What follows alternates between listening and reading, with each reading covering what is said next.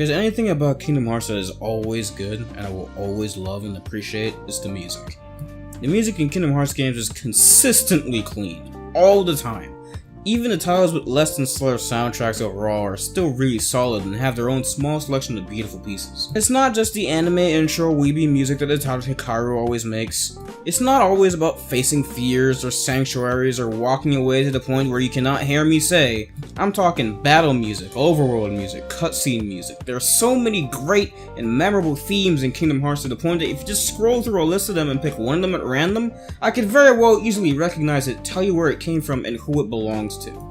Most of this has to do with the fact that Yoko Shimomura is just a freaking talented legend, and any game that she decides to utilize her musical prowess on immediately turns into a rainbow of sound. Just look at the games she worked on: Legend of Mana, Final Fantasy 15, the Mario and Luigi RPGs, a bunch of stuff for Smash Bros. She freaking made the remix of Kasa's theme. Have you heard that song in Smash? That's the best song in the game. This isn't to take away credit from, names. Takeharu Ishimoto and Tsuyoshi Sakido. I think I did it. It's not to take away credit from them either. They make some great stuff too, but most of the memorable pieces that the series is known from come from this woman.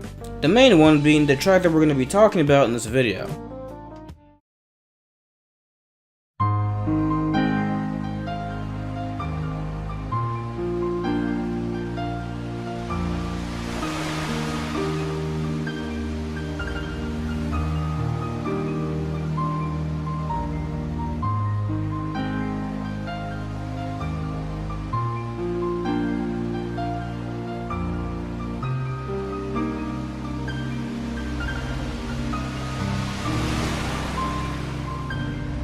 Dearly beloved, we are gathered here today.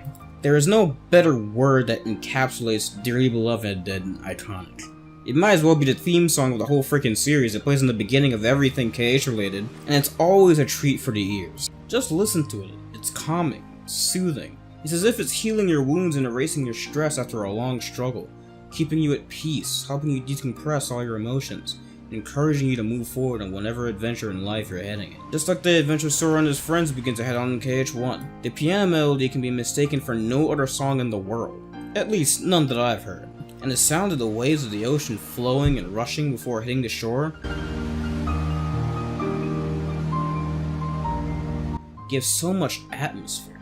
It's like they gave an actual setting to the song. It's beautiful. It's easy to get wrapped up in and then there's also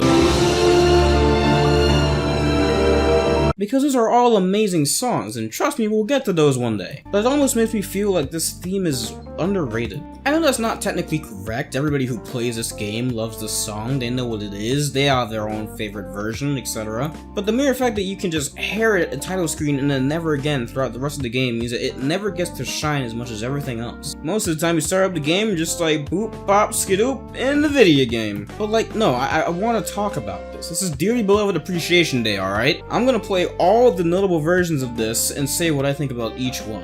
And I don't really want to make it a ranked list, but trust me, I'll let you know which one's my favorite at the end of it. Best for last, you know how it is. Except by best, I mean favorite, because, you know, music taste is completely subjective, and you can't really, you know what, just channel memories.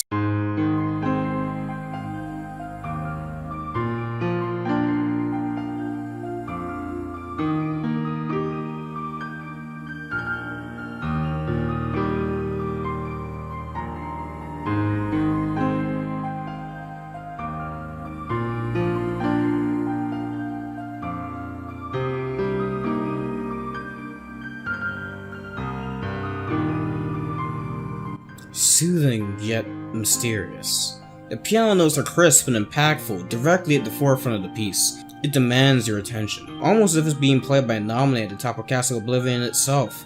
You can hear it echoing and reverberating through the empty rooms, accompanied with this subtle, calming voice singing to you.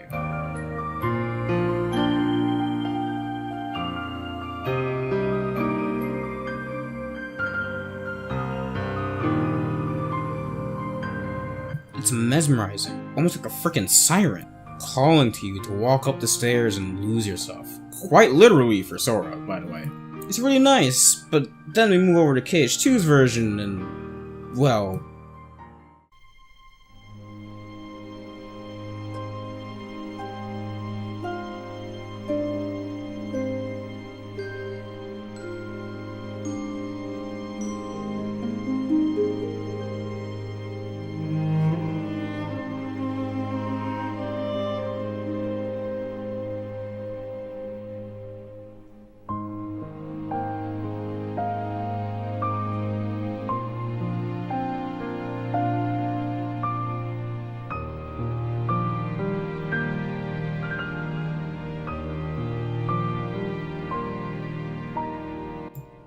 This song's so good, man. I love Cage 2. Just hearing this song ease you into the main melody with this intro. It just gets you in the mood, just like the dawn of a new day. The sunrise coming over the horizon, greeting you with the sun's warmth. The new beginning to another adventure. Hard and strong piano notes from the Reaching the Memories versions have been swapped out for a softer touch, complemented by a soothing violin. Instead of demanding you listen to it, it kindly invites you in a way that you can't freaking say no to. And then it gets louder, and they bring in more strings, and it just gets you pumped to go face the day ahead of you.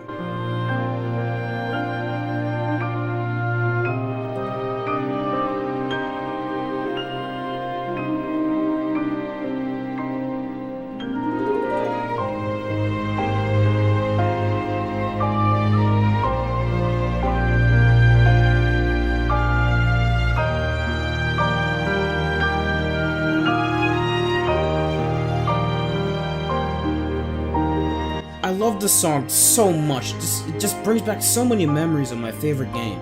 Just brilliant.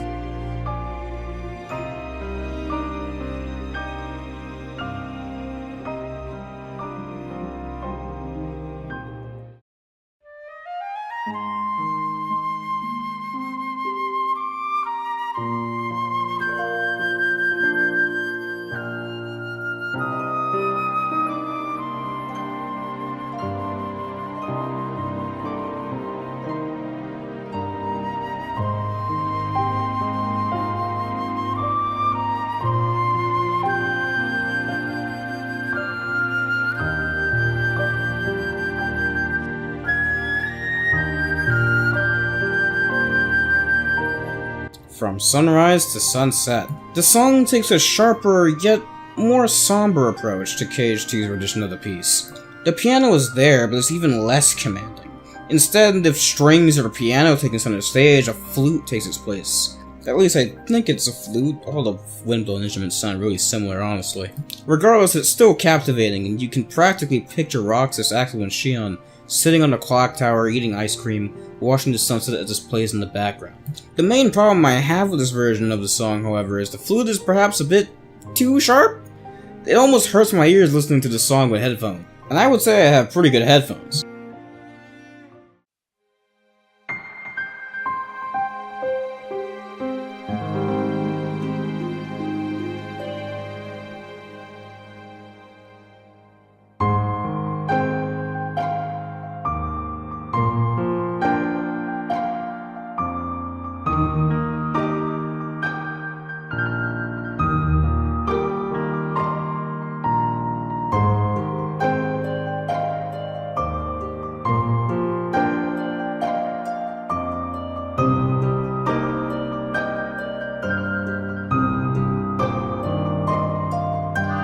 I'm kinda surprised it didn't go for a more techy, electronic synth kind of feel for this one, considering the premise of the game anyway.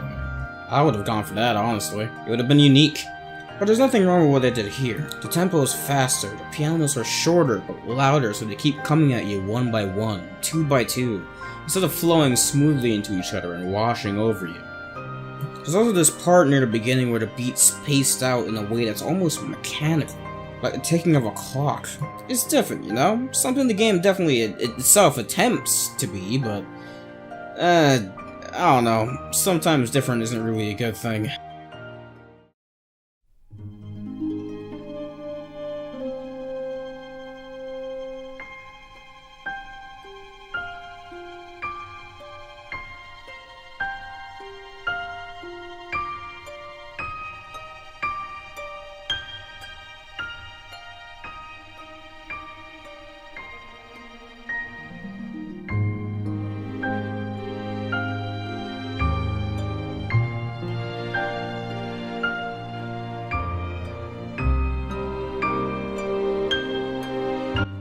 Oh, this is everybody's favorite version, oh my gosh. If it's not this one, it's 2, and I can see valid reasons for both of those opinions. For the longest time, I've always contemplated whether or not I like this one the best rather than 2, but nostalgia always beat it out in the end. It's so good though, like, it's the essence of Birth by Sleep. It's so soothing, but so melancholic, tragic even. Starts off pretty normal in the beginning with a piano melding with what I assume to be a harp, not exactly a musician here, and then Yoko's trademark strings come in for support later on. It sounds almost hopeful at this point and full of life, but then this part plays.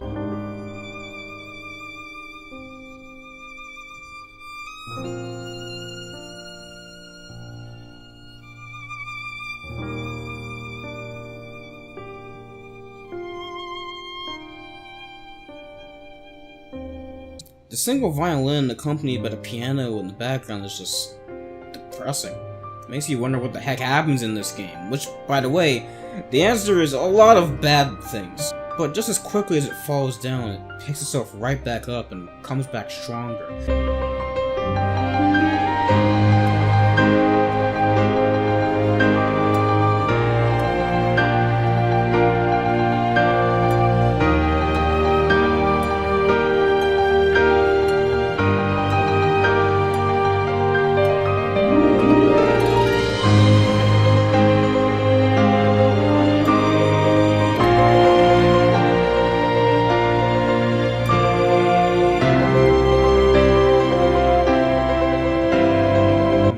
You can make an interpretive dance out of this shit. Once it's in full swing, it becomes nearly overwhelming, breathtaking, powerful, right before coming back down and leaving off at a gentle note once more. This song is fucking poetry, dude. It's good.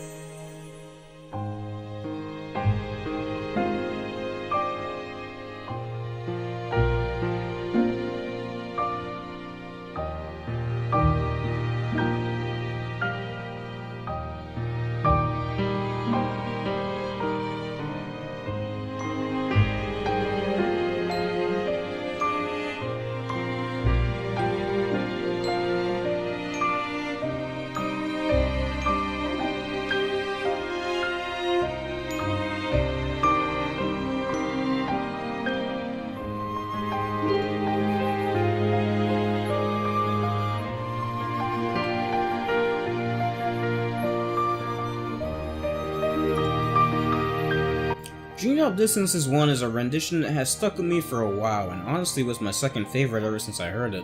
It starts off as more of the same like Birth by Sleep, but slowly begins to shift tone and use more and more instruments.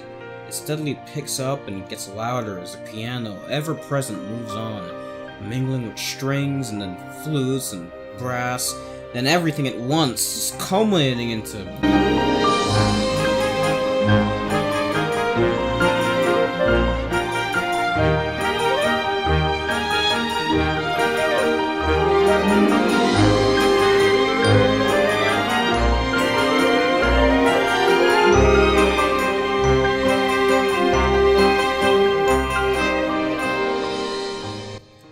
that. It's bouncy, upbeat, and full of whimsy. Almost dreamlike. Oh yeah, that's right, that's the point! I feel like this version doesn't get enough credit purely because it's tied to this game.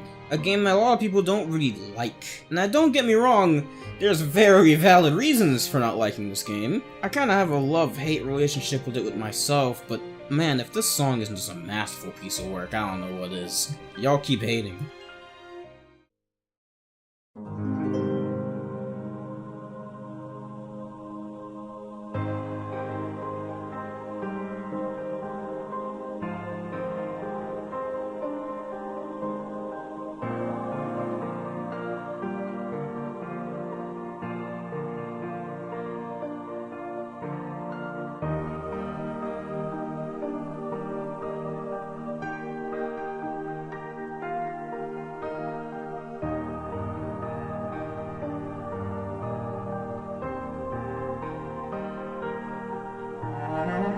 This one is probably the weirdest one of them all. It's just barely reminiscent of the original song until the violin comes in later on. Overall though, it's just dark. Dark, somber, and gives off the feeling of a legend long past, but not forgotten. And then it turns into this!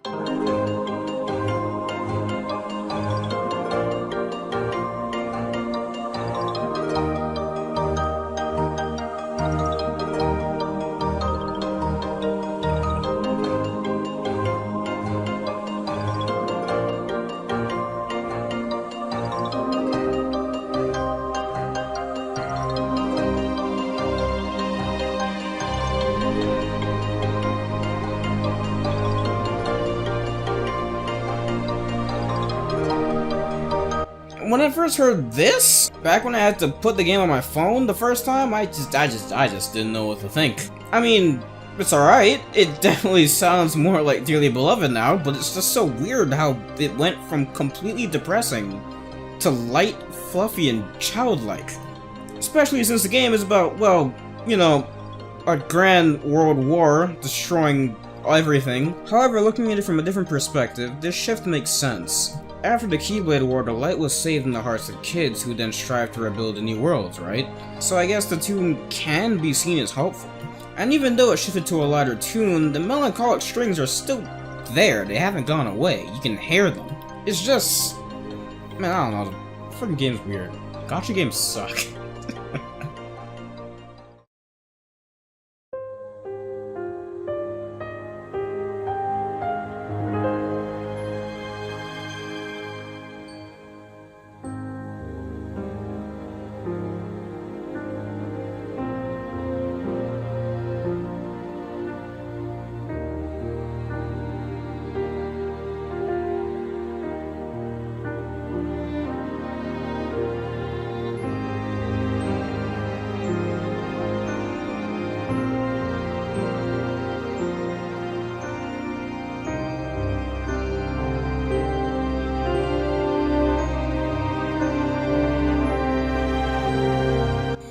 Back cover may be a joke of a movie, but this song definitely captures all the feelings it tried to go for.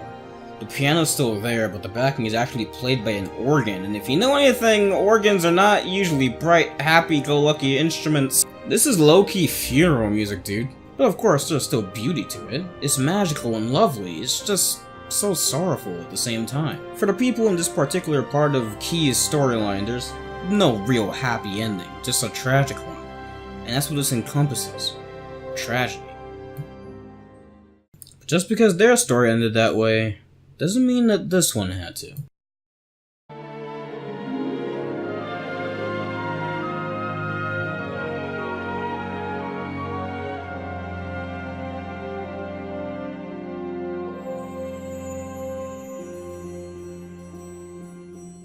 I remember waiting till late at night to play this game at midnight launch with my friends.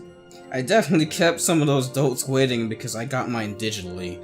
Physical copies anywhere near launch are a pipe dream in my country, and even if you could get them, you'd pay an arm and a kidney for it. Because of that though, I can only play it when Square said it was okay to play it. Meanwhile, the stores that sold the copies to my friends were way more generous. I can't believe they actually waited so we could play it at the same time. Freaking love you guys. But man, when that timer hit 0, mash the X button, zoom through the menus. I was ready, dude. I was... But then I got into the main menu and was greeted to this opening.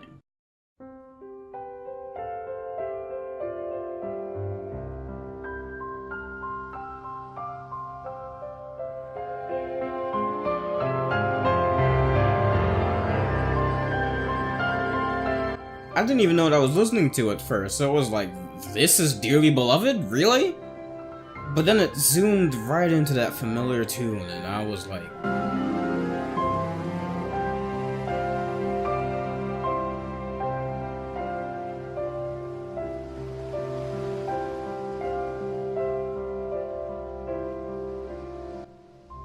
Yup. This is Dearly Beloved, alright. It was magical. I wasn't ready for that. Like, the beginning alone was beautiful. It just got me so pumped up and ready to finally set out on this adventure, this grand adventure. But then it petered out into the regular tune, almost as if to say, this is it. You're here. One last time. One more fight. This is the finale. It's gentle and almost sad. Then it becomes hopeful and bright again as the piano and the strings and the flutes and the waves, the freaking waves from KH1 come back in and wash over you as you listen. Everything getting louder and louder and more intense. And the melody picks up the pace and the notes gets more complex and then...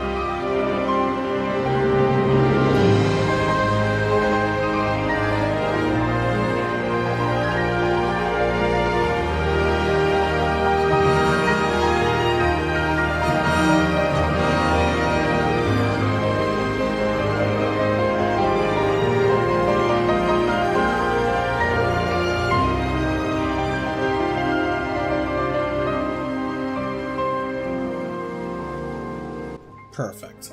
This one's just perfect. Everything just comes together.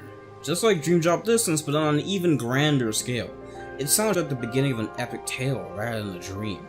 Every note in that crescendo is powerful, uplifting, amazing. I love it! I love music like this! And as it slowly falls down again, with the waves and sea breeze come back into play, piano notes dancing in the wind as everything dies down, I was just lost for words at that point. This is my new favorite rendition of this piece. It's Kingdom Hearts to me. It sounds cheesy, it sounds stupid, but that is what it is to me. It's just Kingdom Hearts as music. And that's more than I could ever really ask for from this song. Next time we talk, Aster and I are going to be discussing whether or not the game lives up to the hype of this tune in the Kingdom Hearts 3 review. And then afterwards, I want to talk one more time about this game myself. The review will be as objective as Aster and I can get it to be, and it won't have any spoilers or anything, just a regular review of the general elements of the game, and whether or not those pieces worked well together or not. Is the product good or bad? Why? There you go. But the final Echoes of the Realm video where I talk about Kingdom Hearts 3 will be more of a personal piece. You can see it as a follow-up to the What Even Is KH3 video I did before the game came out. I will rip into that game. I'll talk a lot about everything that I want to talk about, be it things I couldn't really go too in-depth into, spoilery story content, more music, analyzing way the combat worked, things I want for the future of the game since I know we're getting DLC, like the whole works. Look out for that one. But until then, talk to you next time. Peace.